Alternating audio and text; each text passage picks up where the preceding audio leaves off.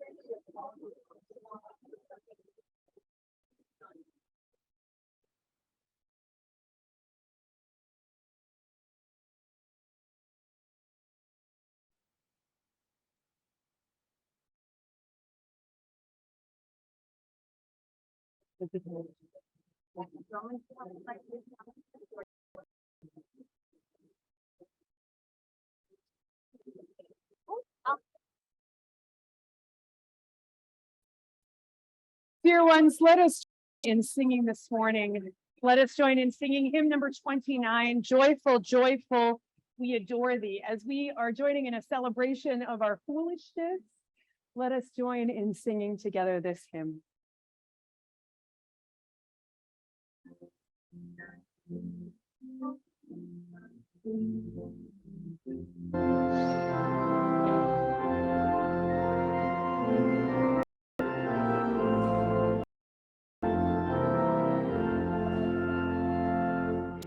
Joyful, joyful, we adore thee, God of love.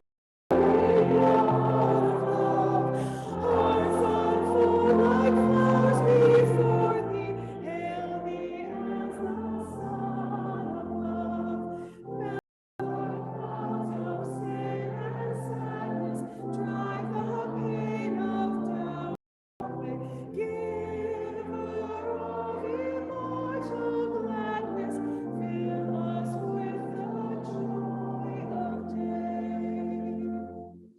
Thy works with joy surround thee, earth and heaven reflect thy rays. Stars and planets sing around thee, center of unbroken praise. Field and forest, vale and flower, floods and flashing, chanting bird and flowing fountain, call us to rejoice in thee. Thou art giving, forgiving, everlasting, everlasting, wellspring of the joy of living, ocean depth of happiness. Ever singing, march we onward, victory of strife, joy.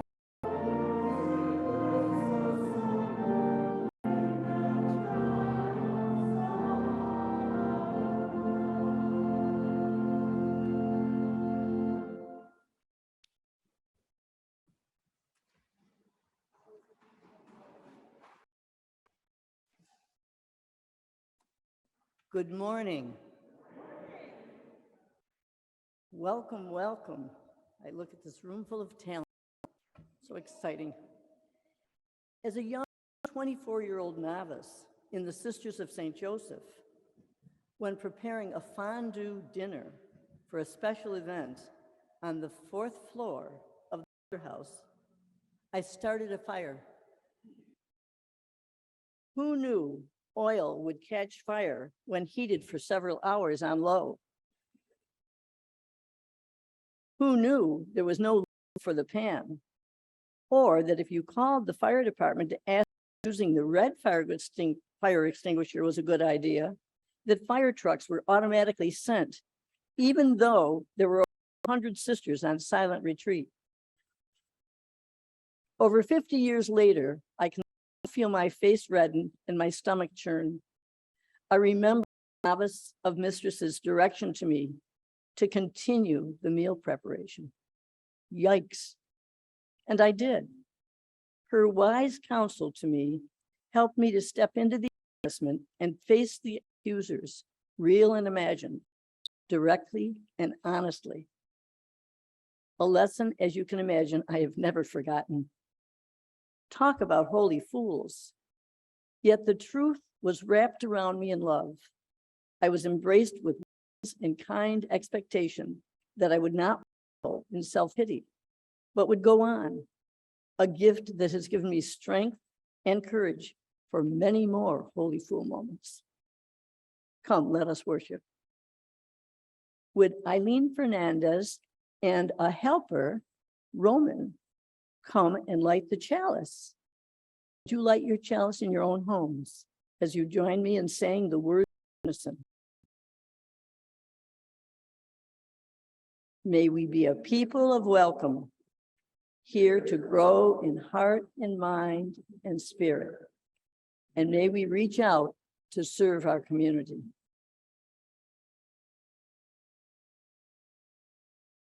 Oh, I know, I hate that thing. I just did.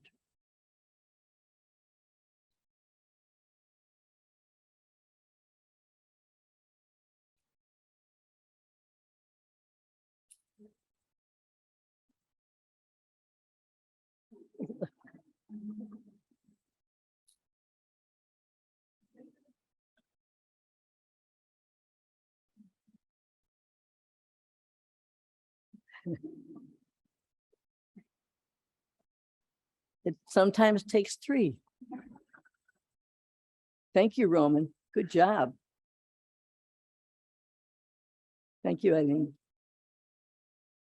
Please rise in body or spirit and join me in our affirmation of faith, followed by our doxology. Love is the doctrine of this church. The quest for truth is its sacrament, and service is its prayer. To dwell in peace, to seek knowledge and freedom, to serve humanity in fellowship, to the end that all souls shall grow into harmony with the source and meaning of life. Thus do we covenant with each other and with all.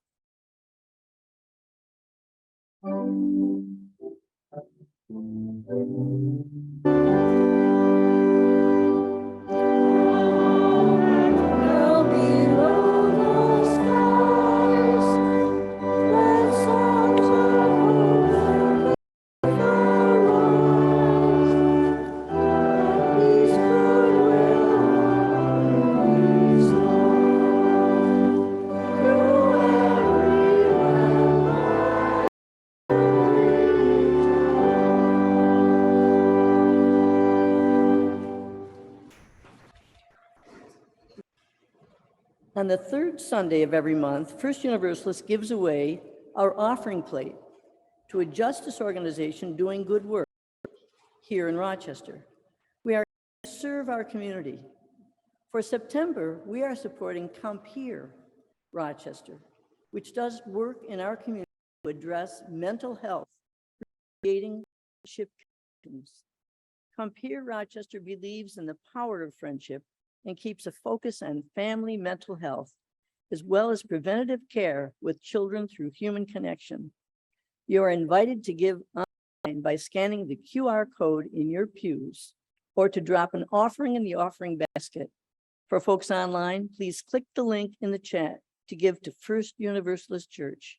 Thank you for your generosity.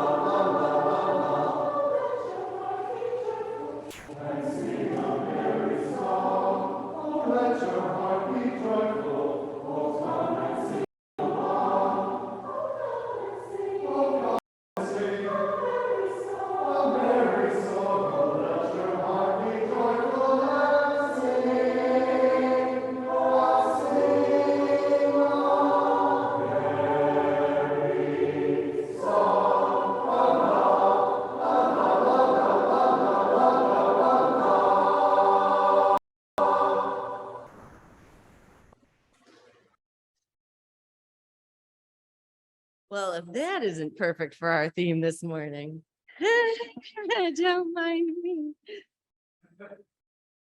So, what do you think of when you hear the word fool?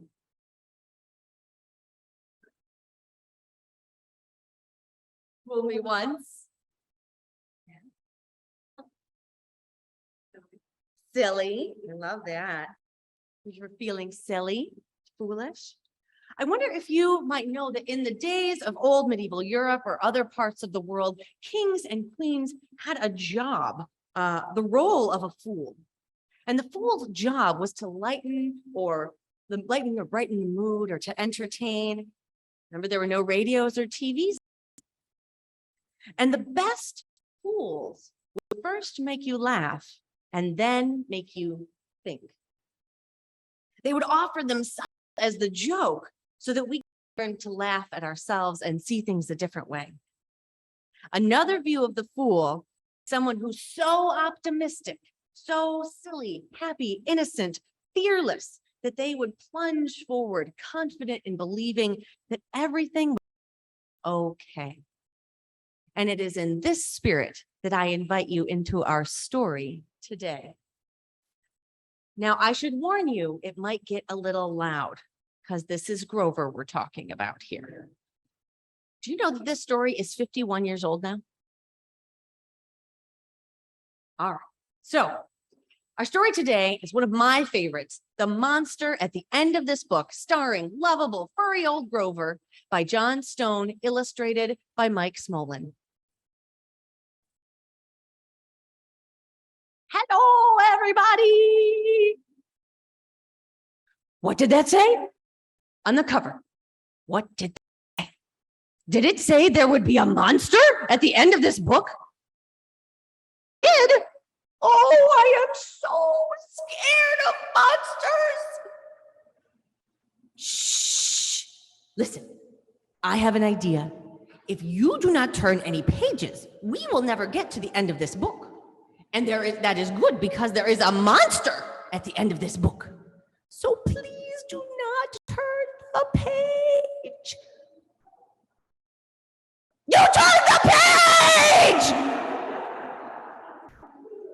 Maybe you do not understand. You see, turning pages will bring us to the end of this book. And there is a monster at the end of this book. But this will stop you from turning pages. See? I am tying the pages together so you cannot. You turned another page! You do not know what you are doing to me. Now, stop turning pages! There, I, Grover, am nailing this page to the next one so that you will not be able to turn it and we will not get any closer to the monster at the end of this book. All right. Do you know that every time you turn another page, you not only get us closer to the monster at the end of this book, but you make a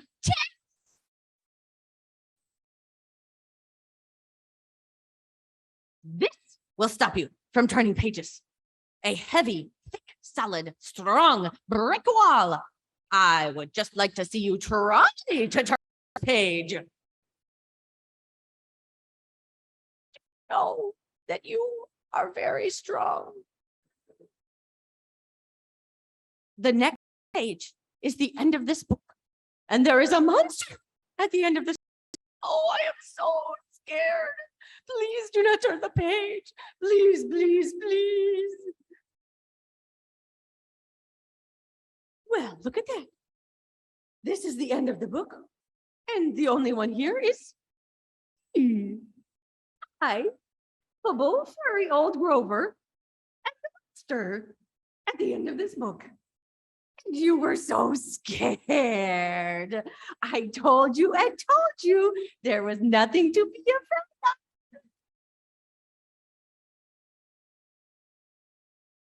Oh, I'm so embarrassed. Have you ever been afraid of something and then found out that that was kind of silly and it wasn't a big deal after all? And then maybe you felt kind of foolish, embarrassed. Hopefully now you can yourself and remember in the future to do so and to have that confidence and fearlessness of the fool. Laugh at and with Grover is the holy fool's gift to us. Thank you.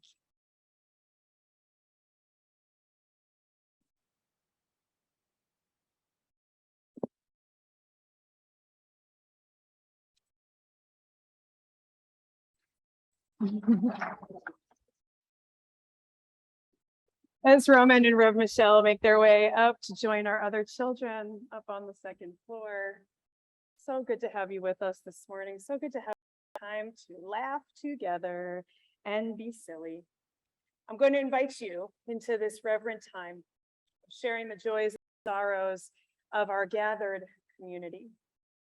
If you would like this time, you can place a hand over your heart to be able to listen from a heart-centered place, to also be able just at the beginning of our practice to check in with your own heart. How is your heart this morning? How is it with your heart? As Elizabeth places stones into the bowl, I will read aloud the joys and the sorrows of our gathered community. All are also invited to share joys and sorrows in the chat for our folks online so that we may just hear from the whole community.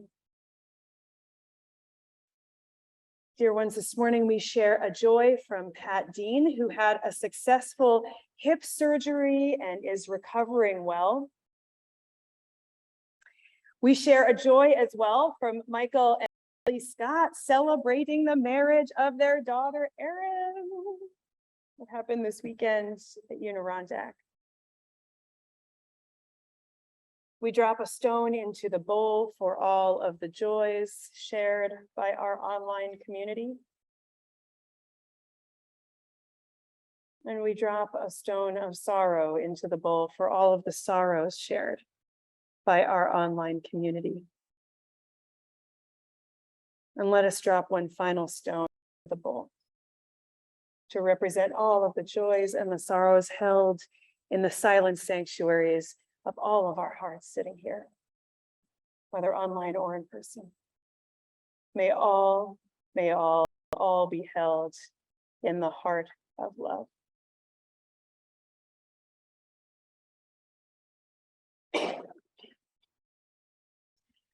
Dear ones, it was a beautiful joy yesterday to sit with our Board of Trustees for our beginning of the year retreat.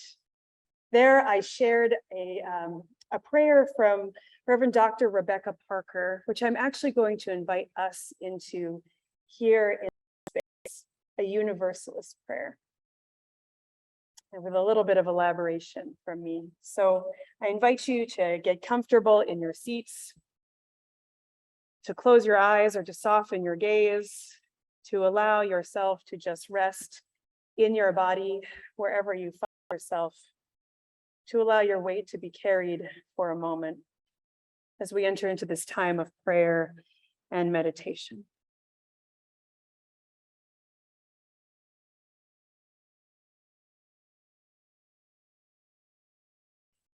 There is a love holding. You are loved inherently, just as you are. No matter where you have been or what you have done this week, with all the worries and the burdens building up in your heart, in the midst of your celebrations and news, there is a love holding you.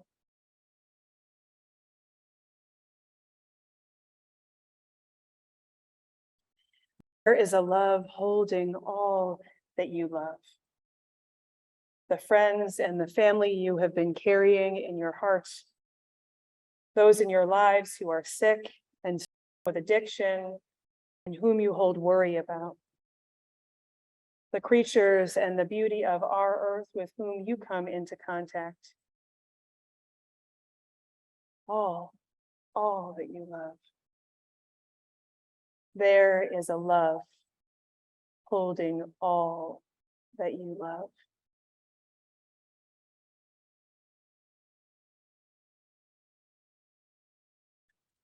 Is a love holding all. Holding you, holding those around you, holding this community, holding Rochester, holding our country, holding our world. A love that will not let anyone go. A love here for everyone, for all beings, connecting all across borders and boundaries and places where we forget we are a larger we. There is a love holding all.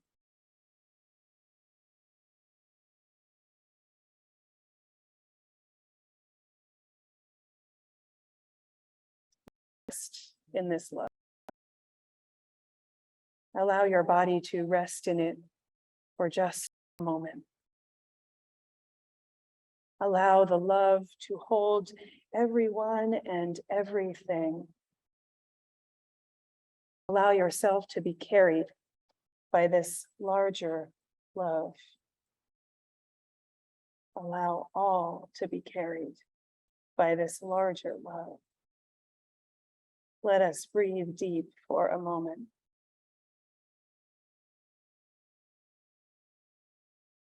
Rest in this love. Let us join in some silence together, in some time to truly rest in the larger love that holds us all.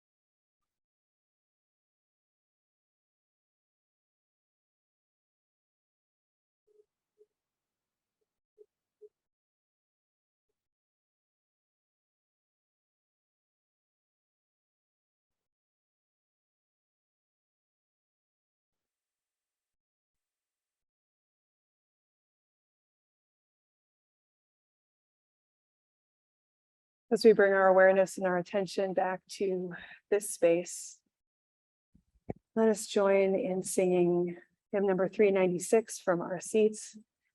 I know this rose will open. We'll sing it 3 times.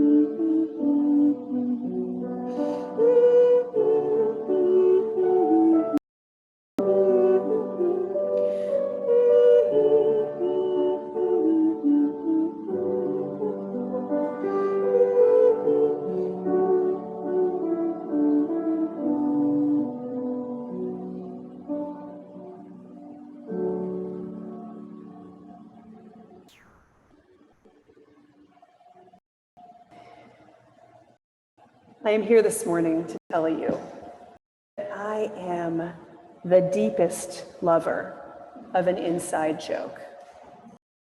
It is finding a humorous moment in relationship and then mentioning it again and again, making reference to it at unexpected moments.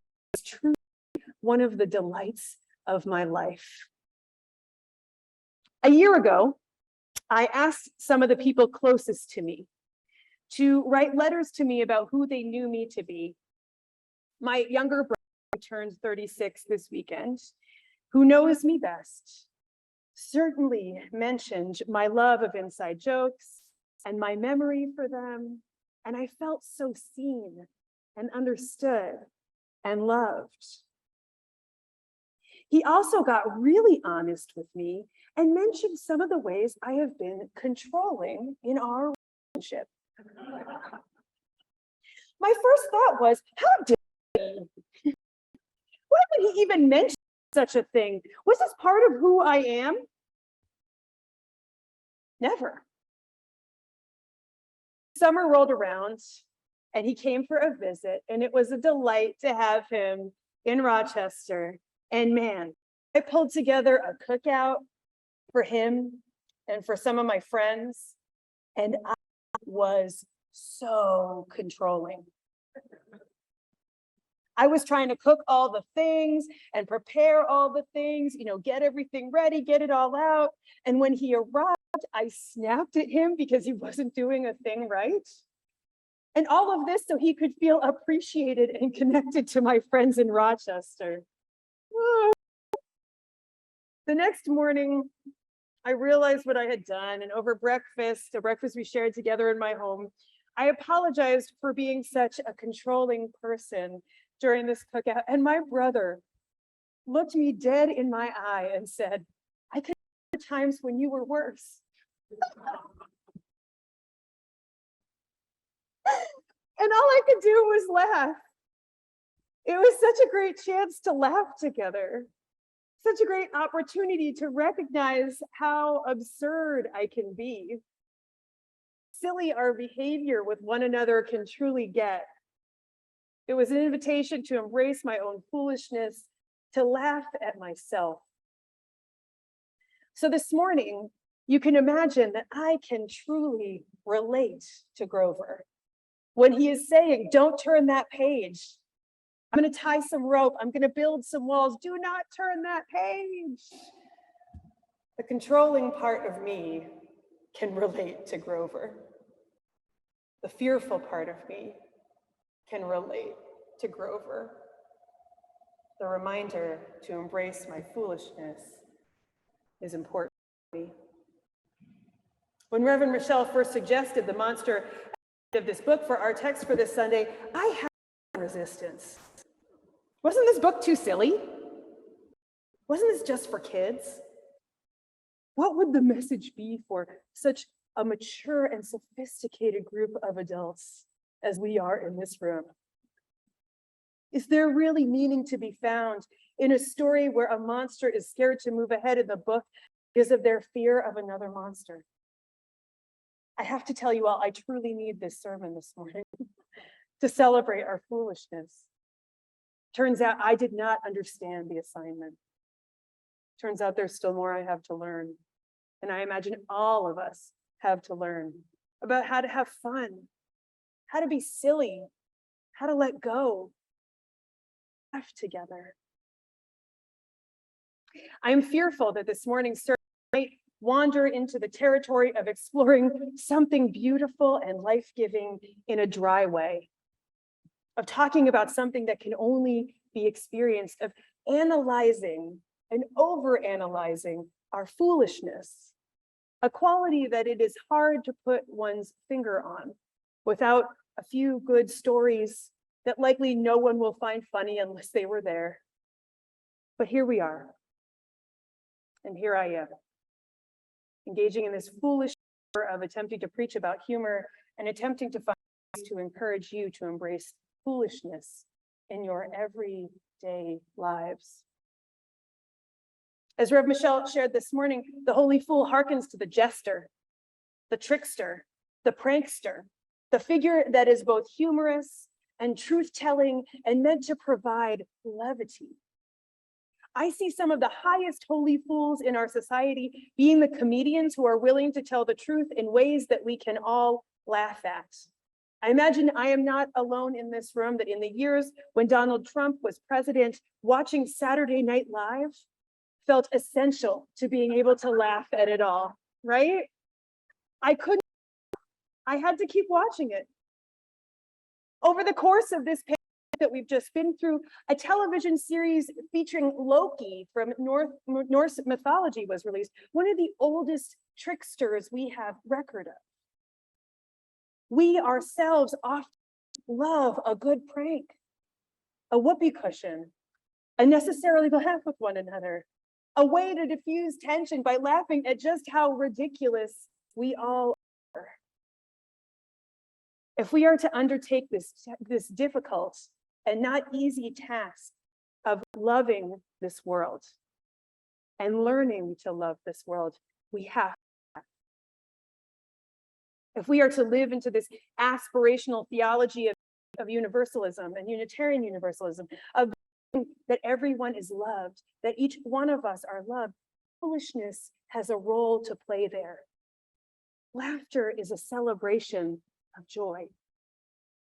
A laugh shared between people who know each other enough to love one another is one of the most healing and powerful forces in the world. To be foolish, to have a sense of humor happens in relationship, and relationship is sacred to us. Our relationships are a sacred endeavor. We can also find humility in being able to look at ourselves.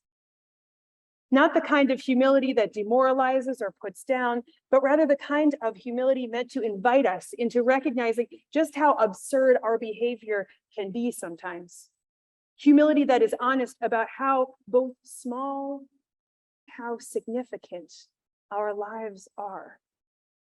If others are laughing with us in a good-natured way at our mistakes and missteps, like Elizabeth shared about this morning, this can be a healing force for shame, for self-hatred, for the ways we can hold on to those embarrassing stories that are cringeworthy. I imagine all of us have them here. I imagine many of us have those moments we can look back on and be like, oh no, did I really do that or say that? Stumble in that moment. Laugh at ourselves is humbling. It acknowledges that we are not perfect and we are not meant to be. It acknowledges our humanity. I worry that if we are not open to laughing at ourselves or having others laugh with us, we are doing what Grover continues to do in The Monster at the end of this book. We build walls around us. We create impenetrable fortresses of fragility around our hearts. The bricks and the mortar are the fears and the shameful experiences we have had. We can attempt to protect our hearts from being hurt, these fragile and beautiful pieces of us that have been hurt so many times. It is only human. It is only human to want to build those walls. It's what makes sense to us. And for those of us in this room who struggle with anxiety and depression, we certainly know those moments when the humor is gone, when the laughter just isn't there, when we are not getting the or the place where someone who knows us wants to jest with us. We ourselves are unreachable, even though we likely do not want to be. Please do not hear this as a criticism of where you are, if you are there, or if you have been there. Please hear this as an invitation into healing connection and relationship. When we build a fortress of self-protection, where we cannot take a joke, where we cannot laugh at ourselves, where we are unwilling to hear, it is really hard to connect with people. Hard to truly learn to love ourselves and to accept love. To join in foolishness and laughter is healing and soothing to our nervous system. It helps us to self-regulate, to find a way to be centered. I have read so many articles in preparation for this morning, titles like, "Laughter is no laughing matter," and "Stress relief from laughter, it is no joke." Truthfully, laughter has a deep spiritual and life-giving effect in our days. It is hard to love this world without a bit of humor, without the ability to laugh at ourselves and each other. I can be real serious sometimes, and all it can take be a word of recognition from someone I love and trust to help me have a sense of humor about what's going on. Perhaps an inside joke. Perhaps just a moment, an opportunity to laugh at myself. Does this happen to you too? Have you experienced this?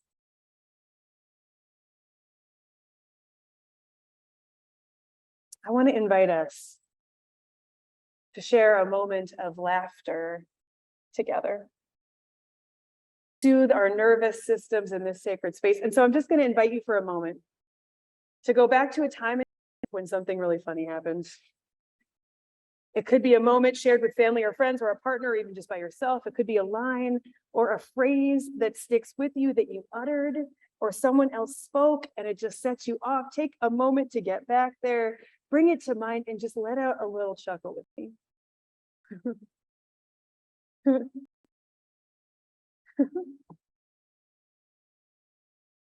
Take a moment and let it get deeper. Let's just intentionally laugh together.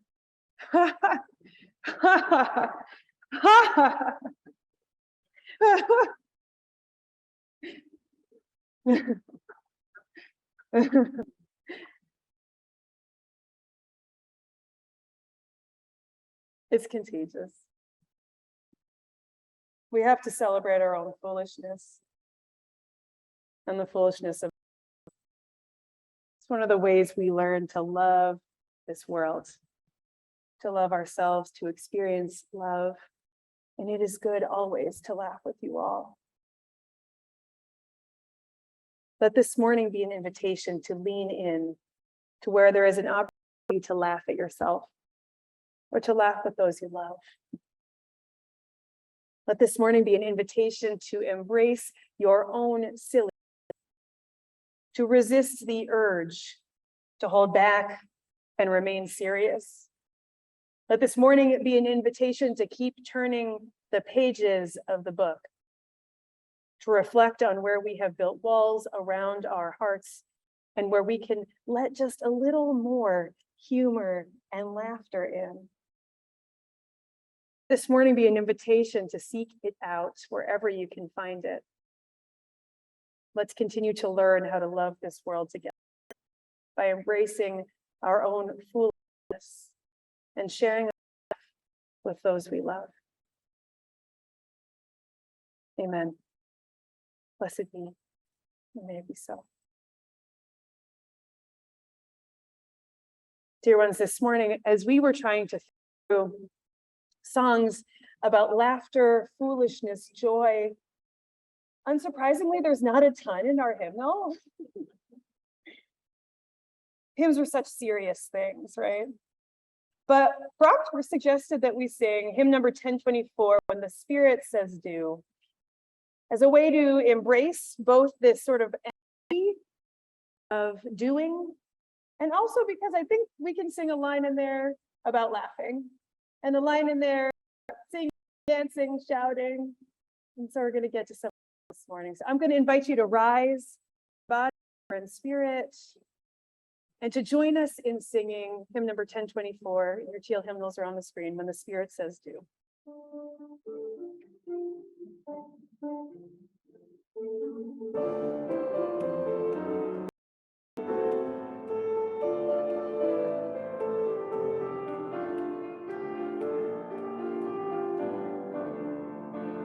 Gotta do when the Spirit says do. You gotta do when the Spirit says do. When the Spirit says do, you gotta do. Oh Lord, you gotta do when the Spirit says do. Spirit says do. Spirit says do. Spirit says do. Spirit says do. Spirit says do. Sing, you gotta sing when the Spirit says sing. You gotta sing when the Spirit says sing. When the Spirit says sing, you gotta sing, oh Lord. You gotta sing when the Spirit says sing. Spirit says sing. Spirit says sing. Spirit says sing. Spirit says sing. Spirit says sing. Spirit says sing. You got when the Spirit says dance. You gotta dance when the Spirit says dance. When the Spirit says dance, you gotta dance, oh Lord. You gotta dance when the Spirit says dance. Spirit says dance. Spirit says dance. Spirit says dance. Spirit says dance. Spirit says dance.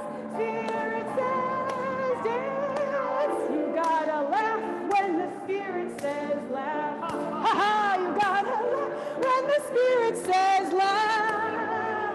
When the Spirit says laugh, you gotta laugh, oh Lord. You gotta laugh when the Spirit says laugh. Spirit says laugh. Spirit says laugh. Spirit says laugh. Spirit says Spirit says laugh. Spirit says laugh. You gotta shout when the Spirit says shout. You gotta shout when the Spirit says shout.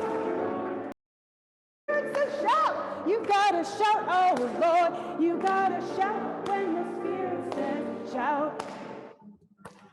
Spirit Spirit says shout. Spirit says shout. Spirit says shout. Spirit says shout. Spirit says shout. Okay, go back to do. You gotta do when the Spirit says do. You gotta do when the Spirit says do. When the Spirit says do, you gotta do, oh Lord, you gotta do when the Spirit says do. Spirit says do. Says do. Spirit says do. Spirit says do. Spirit says do.